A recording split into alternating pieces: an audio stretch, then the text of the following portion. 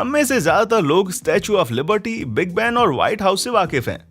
भले ही हम इन जगहों पर ना गए हों, पर कहीं ना कहीं हमने इन जगहों के बारे में सुना है या फिर फोटोग्राफ्स में देखा है। पर क्या आपको पता है, इन जगहों पर कुछ ऐसे सीक्रेट लोकेशंस हैं जिनके बारे में किसी भी टूरिस्ट को मालूम नहीं है। क्या आप जानते हैं स्टैचू ऑफ लिबर्टी में सीक्रेट रूम्स भी हैं और व्हाइट हाउस में ओवल डेस्क के नीचे एक चोर दरवाजा है। तो तैयार हो जाइए ऐसे ही कुछ फेमस जगहों पर छुपे सीक्रेट लोकेशंस को जानने के लिए। नंबर 10, डिज्नी वर्ल्ड द्वारा त्यागा गया आइलैंड।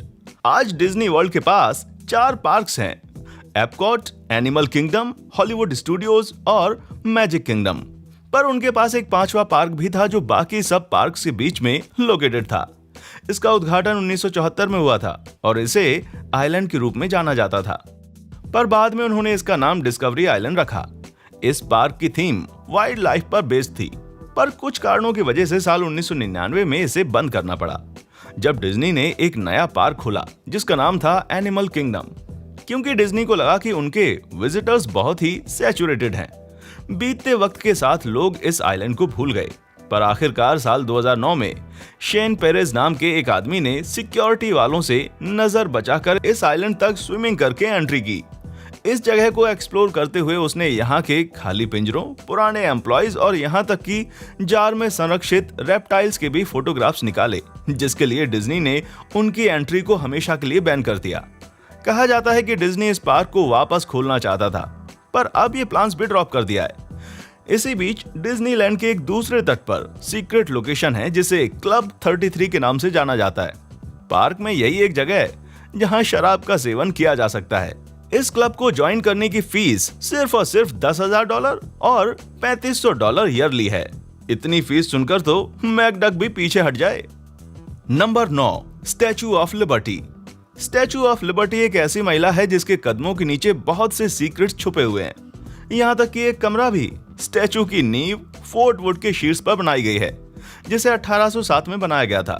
फोर्ट को मजबूती देने के लिए इसे बाद में कंक्रीट से भर दिया गया। कुछ साल पहले जब क्रू यहाँ पर विजिटर्स के लिए नई सीढ़ियों का निर्माण कर रहे थे, तब उन्हें यहाँ मौजूद सीक्रेट कमरे के बारे में पता चला। उन्होंने अपना काम तुरंत बंद किया और इतिहासकारों को वहां बुलाया। किसी को भी इस कमरे का राज मालूम नहीं हुआ, पर शायद ये कमरा फोर्ट को बनाते वक्त रेत से भरने के लिए किया गया हो। इस रूम के अलावा भी यहाँ एक सीक्रेट रूम है जो मशाल के अंदर है। इस कमरे को 1916 में बंद कर दिया गया था, जब जर्मन जासूसों ने यहाँ पर एंट्री की थी और कुछ जगहों को डैमेज भी किया था। खैर, इस नुकसान की तो भरपाई हो गई थी, लेकिन तब से लेकर अब तक ये कमरा पब्लिक के लिए हमेशा के लिए बंद कर दिया गया। Number 8, white house. हम सभी ने व्हाइट हाउस के अंदर गुप्त जगहों और सुरंगों के बारे में कहानियां सुनी हैं। शायद इनमें से कुछ कहानियों को बढ़ा चढ़ाकर कहा गया हो, लेकिन ये तो पक्का है कि 1600 पेंसिल्वेनिया एवेन्यू की इस फेमस बिल्डिंग में बहुत सारे सीक्रेट प्लेसेस यकीनन हैं। 1940 के दशक में पर्ल हार्बर के बाद तत्कालीन राष्ट्रपति फ्रैंकलिन डेलानो रूजवेल्ट ने ईस्ट विंग में बॉम्ब शेल्टर के निर्माण को अधिकृत किया।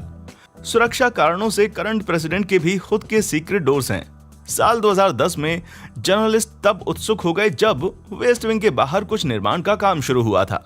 कुछ समय के लिए इस बात को सीक्रेट रखा गया था, पर बाद में प्रेसिडेंट बराक ओबामा ने यह खुलासा किया कि यहाँ कमांड शेल्टर बनाया जा रहा है।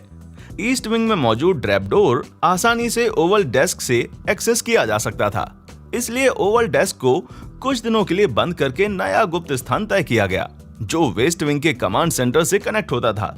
हाँ, पर वर्तमान राष्ट्रपति अपने सीक्रेट्स कहाँ छुपाते हैं ये किसी को नहीं पता है। नंबर 7, JFK का अबेंडन टर्मिनल। अगर आप कभी JFK एयरपोर्ट गए होंगे तो आपने वहां एक ऐसा टर्मिनल जरूर देखा होगा जहां कोई आता जाता नहीं है। ये विंग शेप जैसा दिखने वाला terminal Trans World Airlines Flight Center है, जिसे 1962 में बनाया गया था, पर साल 2001 में से बंद कर दिया गया है और तब से लेकर आज तक ये बंद ही है।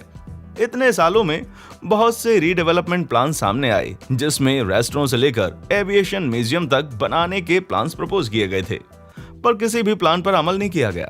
पर एक बात तो तय है कि अब दोबारा से ये टर्मिनल के तौर पर इस्तेमाल नहीं किया जाएगा, क्योंकि जेट ब्लू ने एक बहुत बड़ा टर्मिनल TWA के बगल में बनाया है, इसके कुछ हिस्सों को ध्वस्त करते हुए। नंबर 6, ग्रैंड सेंट्रल स्टेशन के कुछ राज। प्रसिद्ध वाल्डोर्फ एस्टोरिया होटल हमेशा से ही अपनी पॉश इमेज और हाई क्लास के लिए जाना जाता है। ये होटल स्टेशन के बहुत ही नजदीक है और इसे सीधे grand central station rail lines के ऊपर बनाया गया है। 1929 में किसी ने सोचा कि सेलिब्रिटीज को पेपराजी से बचने के लिए सीक्रेट एंट्रेंस की जरूरत थी। सेलिब्रिटीज को कॉमन पब्लिक से अलग रखने के लिए होटल के नीचे एक सीक्रेट ट्रेन प्लेटफॉर्म बनाया गया ताकि वीआईपी सीधे ट्रेन लेकर वहां से आ सकें और फ्रंट एंट्रेंस की भीड़ को अवॉइड किया जा सके। इसका सबसे अधिक उपयोग 1944 में राष्ट्रपति फ्रैंकलिन रूजवेल्ट द्वारा किया गया था। हालांकि उनका मकसद लोगों से उनके व्हीलचेयर के इस्तेमाल को छुपाना था। साल 1960 में इस प्लेटफॉर्म का इस्तेमाल पूरी तरह से बंद हो गया था और धीरे धीरे यहाँ गरीब लोगों ने अतिक्रमण करना शुरू कर दिया था। पर यहाँ पर आज भी ये ट्रेन होटल के नीचे मौजूद है। ग्रैंड सेंट्रल के पास और भी सीक्रेट डेस्टिनेशंस हैं, जिनमें से एक तो डोनाल्ड ट्रंप खुद ओन करते हैं। ये जगह है अंडरग्राउंड वंडरबेट टेनिस क्लब। पर हाँ, ये आम जनता के लिए ही ओपन है, जो कि $200 प्रति घंटा खर्च कर सकते हो। Number 5, mount Rushmore. Mount Rushmore 4 पूर्व राष्ट्रपतियों के चेहरों की विशाल नक्काशी के लिए जाना जाता है, लेकिन कहा जाता है कि यहाँ एक गुप्त मिहराब भी है। माउंट रशमोर के वास्तुकार गित्सेन बोलगर्म की मृत्यु तभी हो गई थी जब इसे बनाया जा रहा था और उनका सीक्रेट चैम्बर साल 1990 तक पूरा भी नहीं हो पाया था। आज इस secret vault Declaration of Independence से लेकर बिल ऑफ राइट्स के साथ साथ और भी कई रचनाएं नक्काशी गई हैं। ये जगह पब्लिक के लिए बंद है क्योंकि ये अमेरिका है भाई। यहाँ एक सेल्फी निकालने पर भी एतराज किया जा सकता है। Number 4, Niagara Falls. अगर आप कभी भी नियाग्रा फॉल्स गए होंगे तो वहां भी सेल्फी जरूर निकाली होगी, पर क्या कभी आपने यहाँ पर मौजूद केव ऑफ इविल स्पिरिट्स को नोटिस किया है? झरने के नीचे जो रास्ता है वहां इस नाम की एक छोटी सी लाइमस्टोन गुफा है। कहा जाता है कि यहाँ बुरी आत्माओं का वास है और जो कोई भी इस जगह आएगा उसके नसीब में बदकिस्मती हमेशा के लिए दस्तक दे देती है। शायद इसलिए क्योंकि 20 साल पहले वो गूगल का स्टॉक खरीद ना पाया हो। अगर आप हॉन्टेड केव का एक्सपीरियंस नहीं करना चाहते तो आप बिहाइंड द फॉल्स विजिट कर सकते हैं, जहां आप नियाग्रा के इतिहास के बारे में जानकारी प्राप्त कर सकते हैं। और जब आप इस पॉइंट के एंड तक पहुंचते हैं तो आप एक गुफा के एंट्रेंस से बहते हुए पानी को देख सकते हैं। अगर आपकी उस हॉन्टेड गुफा की न्यूज सुनकर कुल्फी ना जम गई हो। आई जस्ट होप कि ये बैट्स की केव हो खाली। Number 3, Eiffel tower. Eiffel tower एक प्रसिद्ध यूरोपीय लैंडमार्क है, पर अधिकांश लोगों को यहाँ पर मौजूद अपार्टमेंट के बारे में कोई जानकारी नहीं है, जो इसके शीर्ष पर लोकेटेड है और इसे बहुत ही स्टाइलिश तरीके से सजाया गया है। इस अपार्टमेंट को साल 2015 में पब्लिक के लिए खोला गया था। इस अपार्टमेंट को ओरिजिनली डिजाइनर गुस्ताव एफिल ने खुद के लिए एक लेबोरेटरी के साथ बनाया था। उन्होंने यहाँ पर फेमस साइंटिस्ट के साथ साथ थॉमस एडिसन को भी बुलाया था। हालांकि इस टावर के निचले हिस्से में और भी कई सीक्रेट रूम्स हैं, जिसे वर्ल्ड वॉर 2 के दौरान फ्रांसीसी प्रतिरोध के सदस्यों पर अत्याचार करने के लिए गेस्टापो द्वारा उपयोग किया गया। हालांकि ये फैक्ट टूर गाइड्स द्वारा कई बार कवर नहीं किया गया है। नंबर 2, लंदन के सीक्रेट पब का टावर।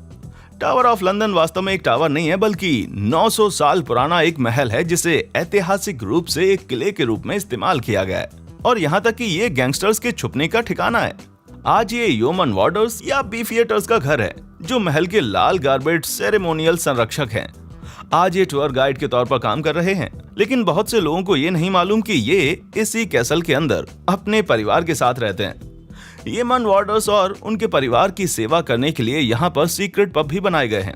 ये पब पब्लिक के लिए स्पेशल इन्विटेशंस पर ही खोले जाते हैं, तो आपको एंट्री यूं ही नहीं मिलने वाली। और तो और पता नहीं यहाँ वेजिटेरियंस के लिए एंट्री है या नहीं। नंबर 1, बिग बेन का जेल रूम। अगर आप लंदन गए हैं तो आपके देखने के लायक एक और सीक्रेट हाइड आउट है, जिसका नाम है बिग बेन। टावर के लगभग 1/3 रास्ते पर अमूमन 114 सीढ़ियों के बाद आपको जेल का एक कमरा मिलेगा, जिसका बहुत इस्तेमाल नहीं किया गया है। इस जगह पर उन सांसदियों को कैद किया जाता था जो आचार संहिता का उल्लंघन करते थे। आखिरी बार इस जगह का इस्तेमाल 1880 में किया गया था, जब सांसद चार्ल्स ब्रैडलो ने एक नास्तिक होने के कारण क्वीन विक्टोरिया के प्रति निष्ठा की कसम खाने से इनकार कर दिया था। तब उन्हें यहाँ रात भर रखा गया था। पर अब जो चीज यहाँ पर रहती है वो है धूल और मिट्टी। आपका फेवरेट सीक्रेट कौन सा है इन फेमस जगहों में से? क्या आप किसी और प्लेस के बारे में भी जानते हैं जो कि हमसे मिस हो गए हो? मुझे कमेंट सेक्शन में जरूर बताएं और आप क्या सोचते हैं। अगर आपको हमारा ये वीडियो पसंद आया है तो इसको लाइक करें और नोटिफाइड रहने के लिए सब्सक्राइब करना बिल्कुल ना भूलें, ताकि आपसे कोई भी इंटरेस्टिंग इन्फॉर्मेशन मिस ना हो जाए। हमारा चैनल देखने के लिए शुक्रिया।